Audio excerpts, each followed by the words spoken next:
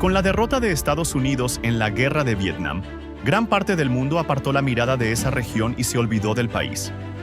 Muchos dieron por hecho que, con el fin del conflicto, Vietnam iniciaría por fin una etapa de reconstrucción y paz bajo un nuevo gobierno comunista. Sin embargo, nada más lejos de la realidad. El final de la guerra contra Estados Unidos dio paso a una serie de acontecimientos inesperados y, en muchos casos, sorprendentes. ¿Acabarán convirtiéndose estos acontecimientos en desilusiones para el pueblo? Para saber cuáles fueron las 5 grandes desilusiones, descubriremos qué fueron los campos de reeducación vietnamitas y qué ocurrió con los cientos de miles de personas que pasaron por ellos. Analizaremos también los resultados de la reforma agraria que los vencedores prometieron como camino hacia la justicia social y arroz para todos, pero que terminó teniendo consecuencias imprevistas. Veremos por qué cientos de miles de familias vietnamitas tomaron la decisión desesperada de echarse al mar en casi cualquier cosa que flotara, exponiéndose a morir ahogados, de sed, o a ser atacados por piratas que asesinaban a los hombres y abusaban de mujeres y niñas. Al mismo tiempo, Vietnam se vio envuelto en 2 nuevas guerras contra otros países comunistas, uno de los cuales estaba cometiendo uno de los mayores genocidios del siglo XX contra su propia población. Finalmente, conoceremos cómo, a finales de los años 80, incluso los propios dirigentes del país se vieron obligados a replantearse el rumbo seguido. En silencio, comenzó un cambio que volvería a alterar el destino nacional. Resumido en una sola palabra: Doi Moi. Este documental no se centra en la guerra que todos conocen, sino en lo que ocurrió después. Quédate y descubre qué pasó en Vietnam tras la Guerra de Vietnam. Y suscríbete para seguir explorando la historia como no te la cuentan.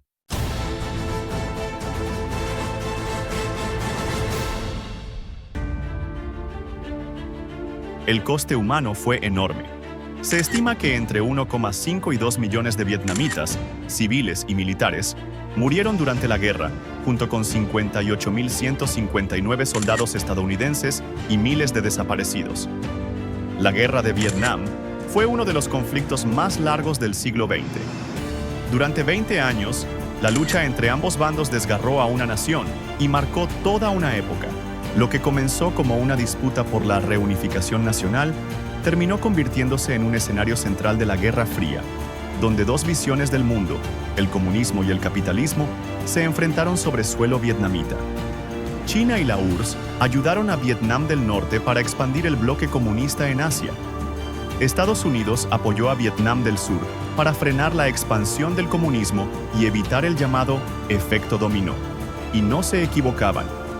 Tras la caída de Vietnam, Camboya y Laos también terminaron bajo regímenes comunistas, hasta que, el 30 de abril de 1975, la guerra terminó. Las guerrillas comunistas del Viet Cong y el Ejército Popular de Vietnam del Norte tomaron la ciudad de Saigón, la capital del hasta entonces llamado Vietnam del Sur. Para el pueblo vietnamita, aquel día marcó el inicio de una nueva era. Algunos recibieron a las tropas del norte con una mezcla de alivio y esperanza. El nuevo gobierno prometía la reunificación de la patria, el fin de la influencia extranjera, tierras para los campesinos, la erradicación de la corrupción y servicios básicos al alcance de todos. Una nueva sociedad más próspera e igualitaria. Pero otros recibieron a las tropas comunistas con incertidumbre y miedo. Temor a posibles represalias, a la violencia política y a lo que pudiera venir después. Hubo ejecuciones selectivas de funcionarios y opositores de Vietnam del Sur, y las cifras exactas de estos ajustes de cuentas quizá nunca se conozcan. Sin embargo, a diferencia de lo que muchos temían, no se produjeron masacres generalizadas ni asesinatos masivos. El gobierno impuso el modelo socialista y una asimilación ideológica obligatoria sobre millones de ciudadanos que durante décadas habían vivido bajo un sistema político y social muy diferente. Para lograrlo, se propuso borrar cualquier vestigio del pasado capitalista. Este cambio fue especialmente desolador para quienes vivían en Saigón, una ciudad hasta entonces luminosa, vibrante y moderna, porque aunque Vietnam del Sur había tenido un régimen autoritario, con censura, represión política y gobiernos inestables, la capital ofrecía un espacio de vida cotidiana mucho más libre que en el norte.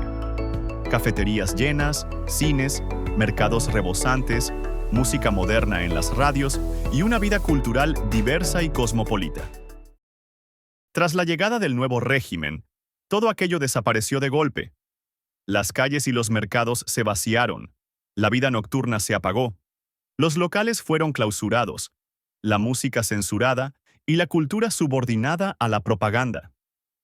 Cada conversación podía ser escuchada y cada gesto vigilado. El aire de libertad fue sustituido por el peso de la vigilancia. Tras el final de la guerra, el nuevo régimen alimentó la expectativa de una etapa de reconciliación nacional y de dejar atrás décadas de enfrentamiento. Pero aquella esperanza pronto se convirtió en la primera gran desilusión. La represión sí llegó y alcanzó a antiguos militares del sur, funcionarios, policías, profesores, religiosos e incluso a algunos empresarios. Bajo un lenguaje benévolo, el nuevo régimen comunista publicó órdenes para que miles de personas se presentaran en centros de registro y comenzaran la llamada reeducación ideológica. Estas sesiones fueron presentadas como breves y temporales, lo que llevó a muchos a acudir confiados. La realidad, sin embargo, fue muy distinta. Lo que empezó como una cita obligatoria de entre 3 y 10 días se convirtió en uno de los episodios más sombríos de la posguerra. Centenares de campos de reeducación se establecieron por todo el país. Algunos eran instalaciones remotas en selvas y montañas, donde el clima y la geografía eran hostiles para vivir en ellos. Los detenidos no figuraban como prisioneros. Según el gobierno, eran alumnos. Pero esos alumnos podían pasar años, incluso más de una década, recluidos sin juicio, sin fecha de liberación y sin una acusación concreta. En los campos de reeducación, la vida se convertía en un ejercicio de supervivencia bajo presión. Los internos debían escribir confesiones interminables, reconstruir su biografía desde la infancia y señalar cualquier fallo ideológico, real o imaginado. La comida era escasa. Enfermedades como la malaria, la disentería o el beriberi se propagaban con facilidad y los medicamentos eran prácticamente inexistentes. Además, los castigos formaban parte del sistema. Había palizas por desobedecer, posturas forzadas durante horas bajo el sol, aislamiento en celdas diminutas y periodos sin comida o con acceso limitado al agua potable. Pero el castigo más extendido era el trabajo forzado. Jornadas enteras cavando tierra, levantando diques o trabajando en arrozales, con condiciones aún más duras para quienes eran considerados rebeldes o poco cooperativos. A veces, un solo error de uno implicaba castigos colectivos para todos. Se estima que más de 1 millón de personas pasaron por estos campos. Y, aunque no existió un programa formal de exterminio, ni la dureza del trato fue igual en todos los centros, decenas de miles de prisioneros sucumbieron a las enfermedades, al hambre o a la brutalidad de los castigos. Muchos murieron allí sin haber sido acusados nunca de delito alguno. Estos hechos han sido recogidos y verificados por organismos internacionales como Human Rights Watch, Amnistía Internacional o el Alto Comisionado de las Naciones Unidas para los Refugiados. Pero para el partido, estos centros eran necesarios para purificar la sociedad y eliminar toda influencia capitalista. La guerra había dejado a Vietnam en ruinas, ciudades devastadas, campos sembrados de minas, millones de desplazados y una economía casi destruida. Sobre ese paisaje desolado, el Partido Comunista del Norte intentó levantar un nuevo Estado. Con el país reunificado bajo su mando, el gobierno inició una profunda reestructuración económica y social del sur, inspirada en el modelo soviético. El nuevo sistema había prometido igualdad, justicia social y servicios básicos para todos, y logró ampliar algunos de ellos en las zonas rurales, como la educación elemental y la atención sanitaria primaria. Esto supuso un mayor acceso para la población del campo, aunque con medios y una calidad muy limitados. Con el paso del tiempo, estos servicios se estancaron y, en muchos casos, terminaron deteriorándose. El gobierno presentaba la alfabetización y la figura del médico de aldea como grandes logros del socialismo. Estos avances sí habrían tenido un impacto notable en otros países menos desarrollados, pero en Vietnam del Sur, la realidad era distinta. Antes de la expulsión de los Estados Unidos, el sur de Vietnam contaba, especialmente en sus principales ciudades, con hospitales mejor equipados y universidades más desarrolladas. Es cierto que existía una fuerte desigualdad en el acceso, pero incluso con esas limitaciones, la calidad sanitaria y educativa urbana superaba a la del norte. En conjunto, para amplios sectores del antiguo sururbano, el nuevo sistema no trajo mejoras sustanciales y supuso un retroceso respecto a la situación previa. Aún así, el gobierno comunista decretó que toda la economía debía planificarse desde Hanoi. Cada arrozal, cada taller y cada fábrica pasaron a depender de un único centro de mando. Antes de 1975, Saigón estaba llena de talleres, pequeñas fábricas y comercios que funcionaban a pleno rendimiento. Con la implantación de las políticas socialistas, la industria del sur, que era uno de los motores económicos de Indochina, se hundió rápidamente. En apenas 3 años tras la reunificación, la producción industrial se derrumbó entre un 30% y un 50%. Para el país, esto significó estancamiento y para la población, escasez y racionamiento.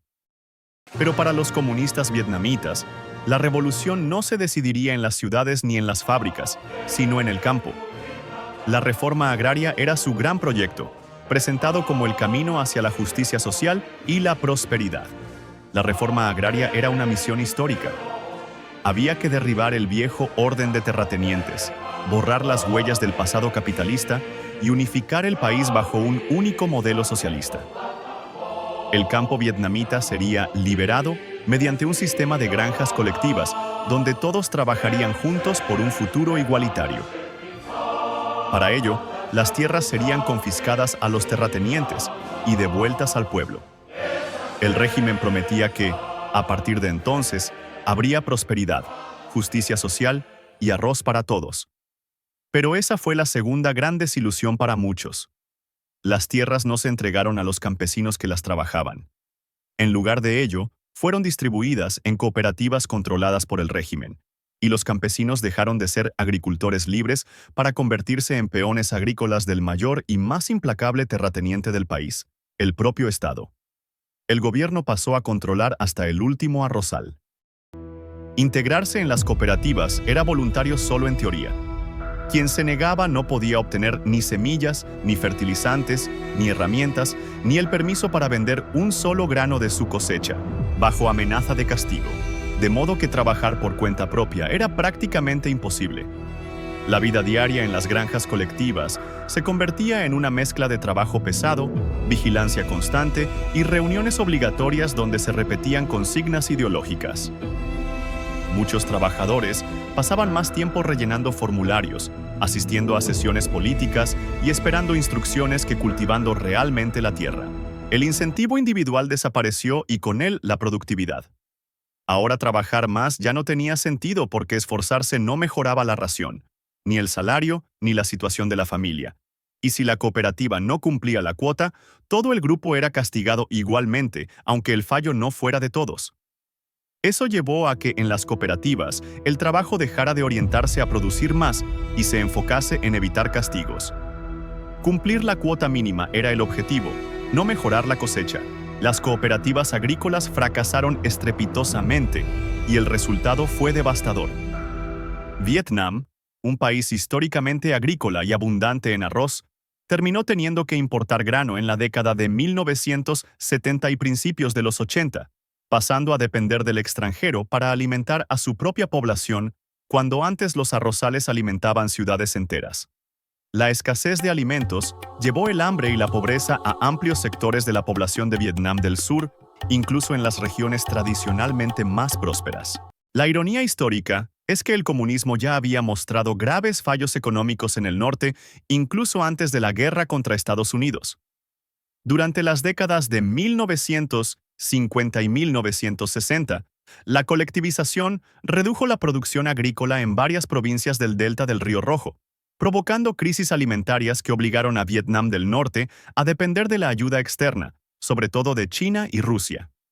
Era un sistema que no funcionaba, pero aún así el liderazgo del norte decidió imponerlo de forma idéntica en el territorio recién unificado. La promesa de un futuro mejor bajo el socialismo se desdibujaba entre estómagos vacíos, apagones constantes y un régimen cada vez más represivo.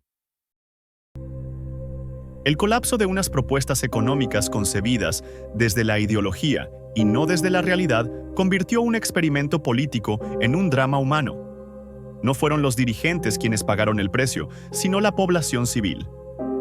Haber llegado a esta situación de penuria se convirtió en la tercera gran decepción para el pueblo vietnamita, desencadenando una tragedia humanitaria de enorme magnitud en la historia reciente de Vietnam.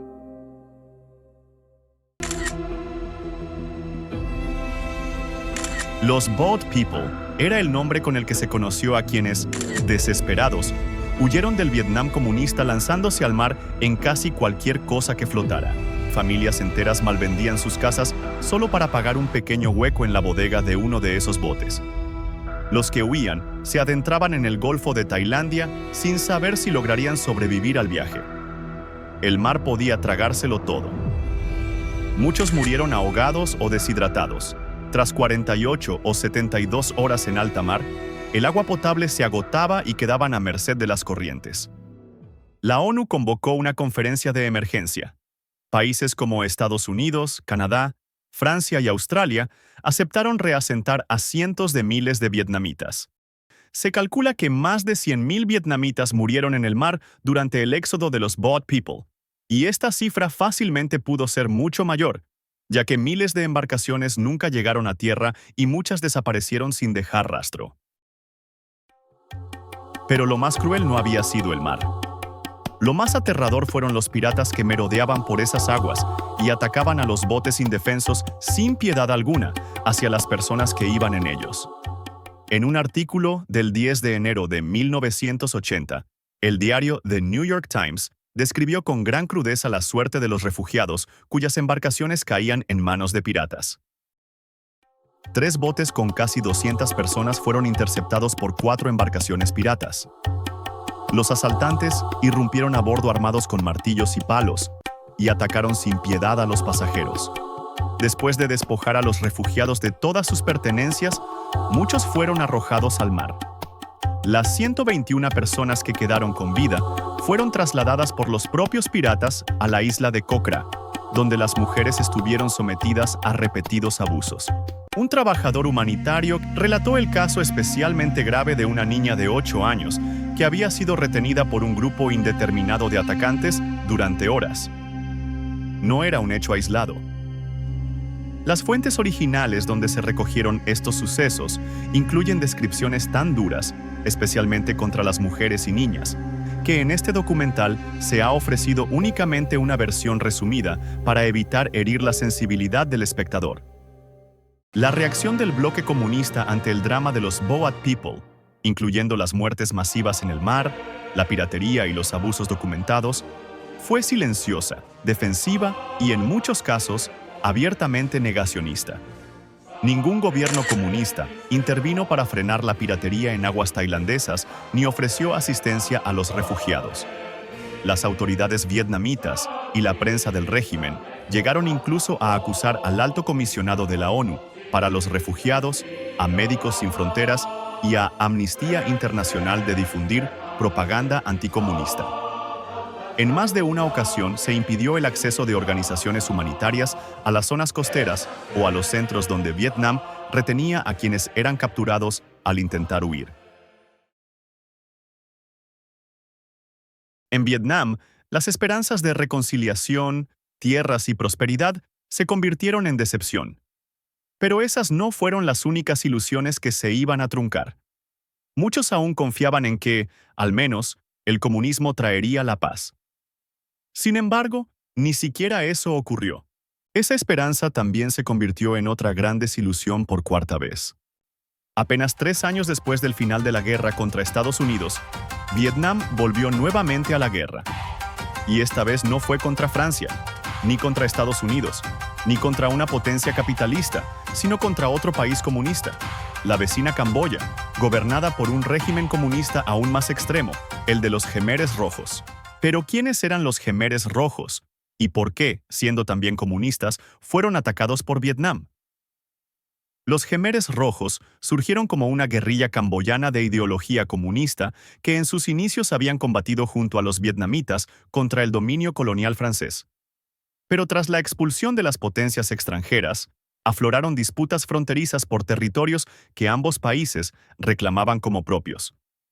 Pero había algo más detrás del origen de este enfrentamiento. Aunque ambos países eran comunistas, Vietnam se alineó con la Unión Soviética y los Khmeres Rojos con China, y ese choque ideológico entre dos visiones del comunismo transformó las tensiones territoriales en un conflicto abierto. Los Khmeres Rojos hostigaban constantemente la frontera vietnamita, atacando aldeas y asesinando a civiles. En el pueblo de Ba Chuc, los ataques se volvieron masacres. Más de 3.000 personas fueron asesinadas en abril de 1978, muchos a machetazos. Las incursiones camboyanas en territorio vietnamita terminaron provocando que Vietnam respondiera con una ofensiva militar. Vietnam volvía a la guerra. Pero, ante el ataque vietnamita, el régimen de los Khmeres Rojos se derrumbó en tan solo cuestión de días. Ahora bien, esta rápida victoria tenía una explicación siniestra. En apenas 4 años en el poder, los Khmeres Rojos habían convertido Camboya en un infierno de terror para su propio pueblo. Su régimen estaba cometiendo uno de los mayores genocidios del siglo XX, exterminando a cerca de 2 millones de personas en un país de tan solo 8 millones. El gobierno comunista camboyano había vaciado las ciudades en nombre de una utopía socialista agrícola radical. Una utopía que pretendía transformar Camboya, desde sus cimientos, en una sociedad campesina pura, autosuficiente y sin rastro de clases sociales. Para ello, obligó a millones de personas a trabajar a la fuerza en el campo, a veces en montañas y selvas despobladas. Fue el inicio de una brutalidad sin límites. Quienes desobedecían eran ejecutados inmediatamente. Los heridos y los enfermos eran expulsados de los hospitales y, en muchas ocasiones, asesinados. Los muertos eran abandonados en las cunetas.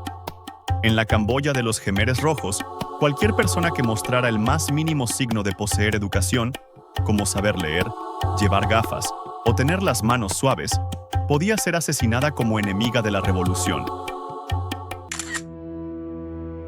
Incluso miles de niños fueron ejecutados.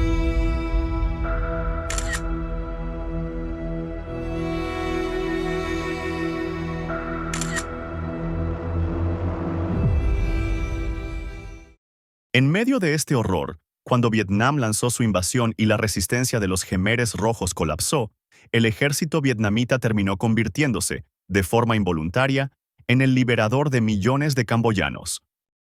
Pero con el final de la guerra contra Camboya, tampoco llegó la paz para Vietnam. Apenas un mes después de la derrota camboyana, China respondió con furia al derrocamiento del gobierno de los Khmeres Rojos, su principal aliado en la región. En febrero de 1979, China lanzó una gran ofensiva militar contra el norte de Vietnam. Los cañones chinos empezaron a rugir en la frontera, que pronto se llenó de tanques y artillería. Un total de 286.000 soldados chinos invadieron territorio vietnamita en varias oleadas. Vietnam mantenía todavía a la mayor parte de su ejército desplegado en Camboya, lo que convirtió la situación en extremadamente peligrosa. Aldeas enteras ardían, mientras los refugiados se mezclaban con soldados heridos a lo largo de las carreteras. Pero, a pesar de su enorme superioridad numérica, los chinos no lograron el éxito que habían calculado. Las fuerzas vietnamitas que defendían la frontera, milicias, tropas locales y algunas unidades regulares, resistieron con la misma tenacidad que habían mostrado contra Estados Unidos. China sufrió bajas muy elevadas y tras apenas un mes de combates, se retiró. Los chinos dejaron atrás entre 10.000 y 20.000 muertos en los campos de batalla. Vietnam volvía a demostrar su extraordinaria capacidad de resistencia. Había frenado, una vez más, a uno de los ejércitos más grandes y poderosos del mundo. Fue una guerra breve que apenas duró un mes, pero que dejó un reguero de sangre y ruina, ya que miles de vietnamitas murieron, entre civiles y soldados.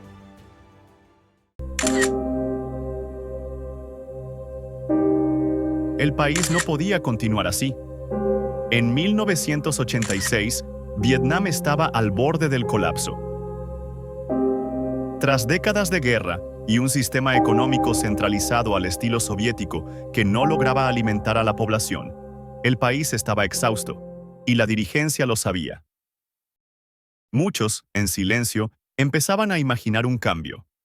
Y ese cambio hacia la esperanza llegó resumido en una palabra que marcaría una nueva etapa para Vietnam: Doi Moi, renovación. En diciembre de ese año, el sexto Congreso del Partido Comunista se reunió en Hanoi. Allí, tras años de racionamiento, hambrunas, prohibiciones, castigos y muerte. Y después de que millones de personas hubieran abandonado el país, el propio partido admitió de hecho que el modelo económico comunista había fracasado. Truong Chin, uno de los ideólogos históricos del régimen, lo expresó con una frase suave en las formas, pero que no dejaba lugar a dudas. Hemos cometido errores debido al infantilismo izquierdista.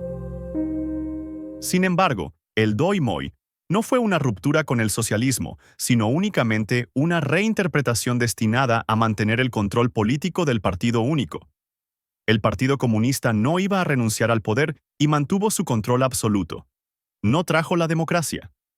Pero, en lo económico, sí implicó abandonar las políticas socialistas que habían llevado al país al borde del hundimiento e introducir mecanismos de mercado claramente capitalistas.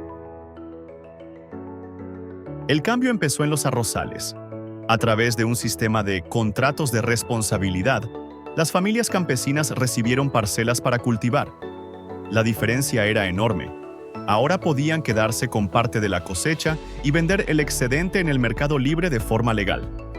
Para campesinos acostumbrados a entregar casi todo al Estado, significó recuperar la motivación y la dignidad. En pocos años, Vietnam pasó de la escasez crónica a convertirse, ya en los años 90, en uno de los principales exportadores mundiales. La apertura también llegó a las ciudades. En Hanoi y Ho Chi Minh surgieron hoteles, empresas extranjeras y nuevos barrios comerciales. Los mercados tradicionales volvieron a llenarse de pequeños comercios. Una costurera podía vender ropa hecha en casa, un mecánico podía abrir su taller, un maestro retirado podía dar clases particulares. Eran gestos simples, pero para millones de vietnamitas representaban la posibilidad de mejorar su vida. El impacto internacional tampoco tardó en llegar. Durante décadas, Vietnam había estado aislado y dependiente de la ayuda soviética, pero a partir de los años 90, esa situación comenzó a cambiar. En 1995, Vietnam restableció relaciones diplomáticas con Estados Unidos, su antiguo enemigo, y en los años siguientes empresas como Apple, Intel, NIC o Samsung trasladaron parte de su producción al país. Entre 1990 y 2000, la economía vietnamita creció a un ritmo medio superior al 7% anual. El Doi Moi salvó al país del hambre y abrió la puerta a un modelo híbrido. Antes de la guerra, Estados Unidos estaba presente en Vietnam a través del comercio, la inversión, la cooperación y la influencia económica. Décadas después y tras millones de muertos, esa presencia está regresando. Los mercados vuelven a estar conectados y las relaciones diplomáticas son plenas. El paso de los años está devolviendo a Vietnam a un escenario que la guerra destruyó. Las armas dieron la victoria al Vietnam del Norte. El tiempo, sin embargo, está dando cada vez más la victoria a Vietnam del Sur. ¿Disfrutará alguna vez el pueblo de Vietnam de una libertad plena? ¿O se convertirán las aspiraciones de libertad en una quinta esperanza que acabe en desilusión? ¿Será el próximo gobierno comunista de nuestra serie el que por fin logre llevar igualdad, prosperidad y bienestar a su gente? ¿Qué país crees que es? Déjalo en los comentarios Y suscríbete para seguir descubriendo la historia del comunismo contada como no te la cuentan.